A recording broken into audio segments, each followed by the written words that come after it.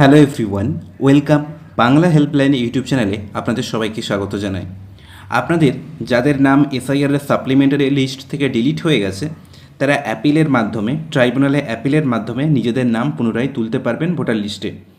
তো এই অ্যাপিলের জন্য আপনারা অনলাইন এবং অফলাইন দুটি মাধ্যমেই আবেদন করতে পারবেন ট্রাইব্যুনালে। তো কিভাবে অনলাইন এবং অফলাইনে আবেদন করবেন সে নিয়ে অলরেডি আমাদের চ্যানেলে ভিডিও আছে, সেটা দেখে নেবেন, তাহলে আপনাদের সুবিধা হবে।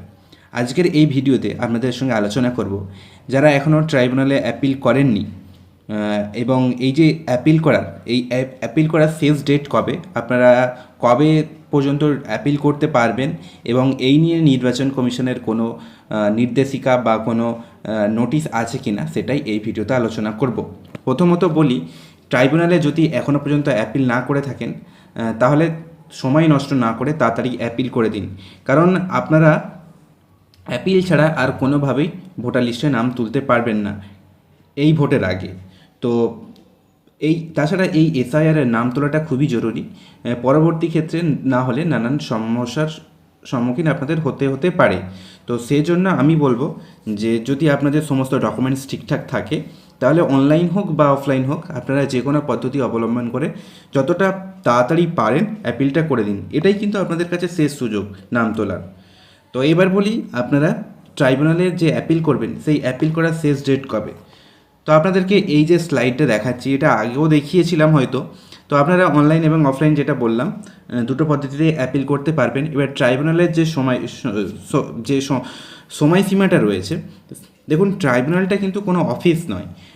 আপনাদের সংশ্লিষ্ট এসডিও বা বিডিও অফিসে নয়, এসডিও বা ডিএম অফিসে ট্রাইব্যুনালটা ওপেন করা হয়েছে শুধুমাত্র এই এসআইআরে যাদের নাম ডিলিট হয়ে গেছে তাদের অ্যাপিলটা জমা নেওয়ার জন্য।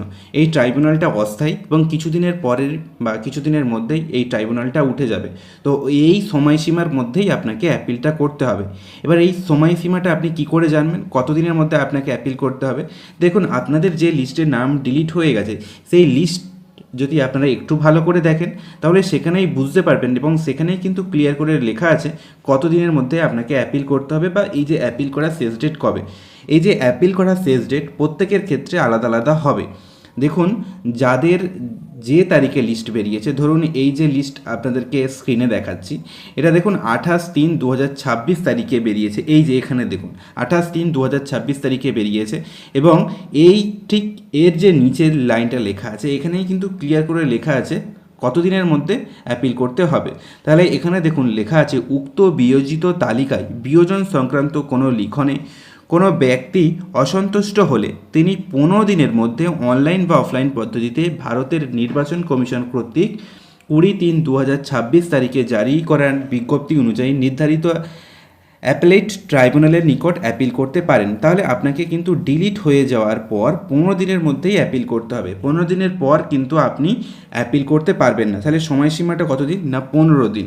তাহলে আপনার যে তারিখে যে লিস্টে, ধরুন এই যে 28 তারিখে এই লিস্ট বেরিয়েছিল, এখানে এই যে ব্যক্তি ধরুন এনার নাম ডিলিট হয়ে গেছে, তাহলে ইনি যদি অ্যাপিল করতে চান, তাহলে এই 28 তারিখ থেকে 15 দিনের মধ্যে আপনাকে এনাকে অ্যাপিল করতে হবে, সেটা অনলাইন হোক অফলাইন পদ্ধতিতে হোক।